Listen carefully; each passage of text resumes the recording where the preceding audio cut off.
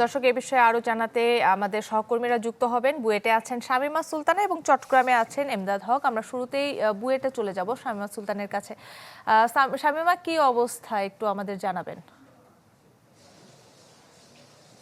কাকুলি, আমি একটু শুরুতেই সংশোধন করে দিতে চাই। সেটি হচ্ছে, আমি আসলে বুয়েটে নেই, আমি ঢাকা বিশ্ববিদ্যালয়ে আছি এবং এই মুহূর্তে আমি কলা ভবনে আছি। আপনি দেখবেন যে সবগুলো শ্রেণীকক্ষ এবং শিক্ষকদের রুম, একই সঙ্গে যে সেমিনার কিংবা লাইব্রেরি যেগুলো আছে, প্রতিটি ভবনের প্রতিটি এই রুমগুলোই কিন্তু আসলে তালাবদ্ধ এবং সবাই কিন্তু সকাল থেকে আজকে বিশেষ প্রয়োজন ছাড়া তালা খোলা হয়নি। এবং প্রতিদিনের যে নিত্য নৈমিত্তিক যে কাজগুলো এখানে হতো, ক্লাস থেকে শুরু করে পরীক্ষা কিংবা হচ্ছে গিয়ে টিচাররা তাদের রুমে যে কাজ করতেন কিংবা সেমিনারে স্টুডেন্টরা পড়তে আসতেন, এর কোনো কাজই কিন্তু আজকে হয়নি।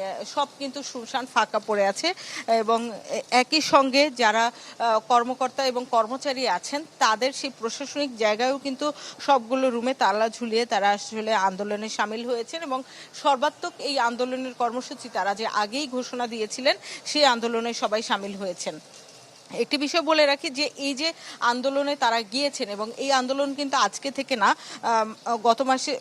গত মাস বলতে এই যে জুন মাসের শুরু থেকেই কিন্তু তারা আসলে এই আন্দোলন ধীরে ধীরে করে এসছিলেন এবং আস্তে আস্তে এই কঠোর অবস্থানে এসছেন।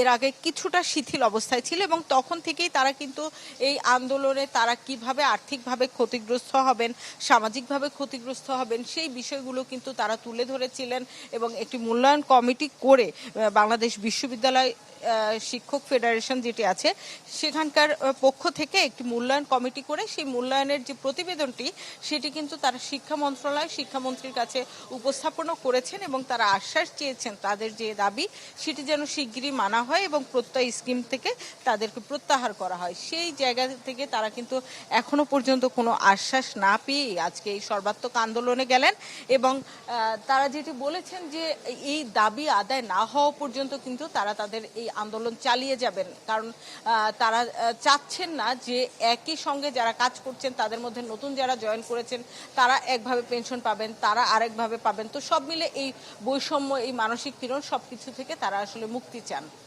শামীমা, আপনাকে ধন্যবাদ। দর্শক, এবার চলে যাব চট্টগ্রামে আছেন আমাদের সহকর্মী এমদাদুল হক। এমদাদ, আমরা জানছিলাম শামীমা ঢাকা বিশ্ববিদ্যালয় থেকে যে সকল ক্লাস বন্ধ, চট্টগ্রাম বিশ্ববিদ্যালয়ের কি অবস্থা?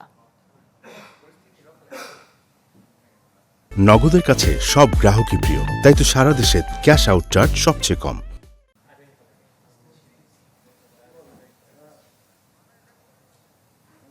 কর্তা কর্মচারী সবাই কিন্তু আসলে নিজেদের যে কাজ সেটি কর্মবিরতি, একদম সর্বাত্মক কর্মবিরতি সেটি কিন্তু চালু রেখেছেন এবং এর কারণে যেটি হয়েছে যে বিশ্ববিদ্যালয়ে কোনো ধরনের একাডেমিক এবং প্রশাসনিক কার্যক্রম কোনো কিছুই হচ্ছে না এবং এই যে কর্মবিরতি সেটি সকাল থেকে চলছে সর্বাত্মকভাবে এবং এই কর্মবিরতির সমর্থনে কিন্তু দুপুর 12টা থেকে 1টা পর্যন্ত শিক্ষক কর্মকর্তা কর্মচারীরা তারা কিন্তু যে একটি কর্মসূচি অবস্থান কর্মসূচি পালন করেছেন।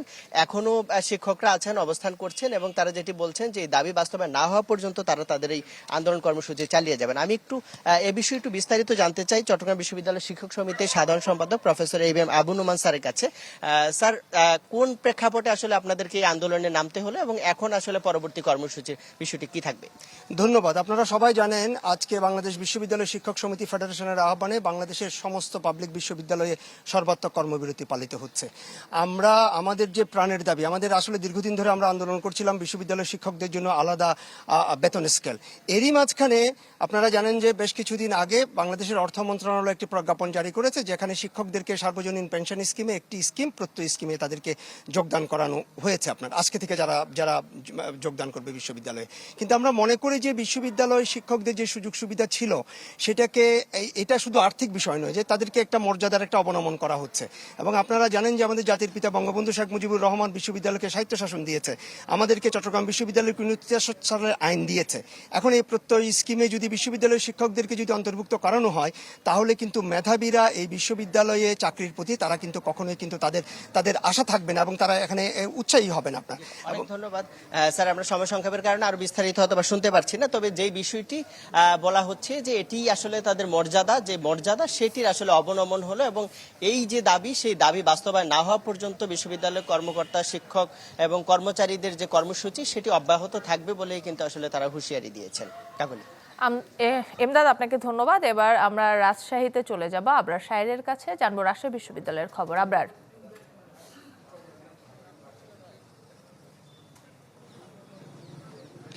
সারা দেশের সব পাবলিক বিশ্ববিদ্যালয়গুলোর মতোই রাজশাহী বিশ্ববিদ্যালয়েও শিক্ষক এবং কর্মকর্তাদের যে কর্মবিরতি সেটি শুরু হয়েছে এবং তাদের দেয়া তথ্য মতে 1, 2, 3 এই 3 দিন এই কর্মবিরতি মূলত থাকবে এবং তারপরে আরো কঠোর কর্মসূচি আসতে পারে কেন্দ্রীয়ভাবে। তারা যেটি বলছেন যে মার্চ মাসে যে সর্বজনীন পেনশন স্কিম প্রত্যয় যেটি যুক্ত করা হয়েছে এবং তাদের যে পুরনো পেনশন পদ্ধতি সেটি থেকে এই পেনশন পদ্ধতিতে এলে অনেক ধরনের তারা ক্ষতির সম্মুখীন হচ্ছে বলে দাবি করছেন। ফলে তারা এই পেনশন স্কিম যতক্ষণ পর্যন্ত না প্রত্যাহার করে তাদের পুরনোভাবে যে পেনশন সেটি চালু না করা হচ্ছে এবং সাথে সাথে আরো একটি দাবি করেছে যে বিশ্ববিদ্যালয়ের শিক্ষকদের জন্য স্বতন্ত্র বেতন স্কেল প্রবর্তন, এই দাবি না আদায় হওয়া পর্যন্ত আসলে কর্মবিরতি চলবে। সমস্যা যেটি হচ্ছে বিশ্ববিদ্যালয়ে কোরবানির ঈদের পরেই খোলার কথা এবং খুলেছেও, কিন্তু আজ থেকে যে কর্মবিরতিতে গেছে ফলে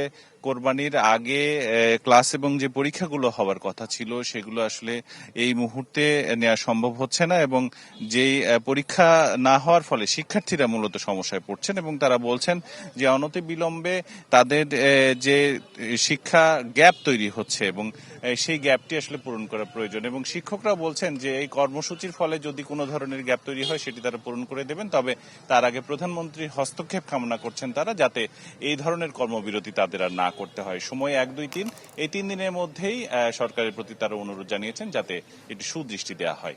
এ ছিল আমার কাছে রাজশাহী বিশ্ববিদ্যালয় থেকে। আবরার, আপনাকে ধন্যবাদ। দর্শক, পাবলিক বিশ্ববিদ্যালয়ের সকল শিক্ষক কর্মকর্তা কর্মচারীরা কর্মবিরতি পালন করছে, বিস্তারিত জানাচ্ছিলেন আমাদের সহকর্মীরা।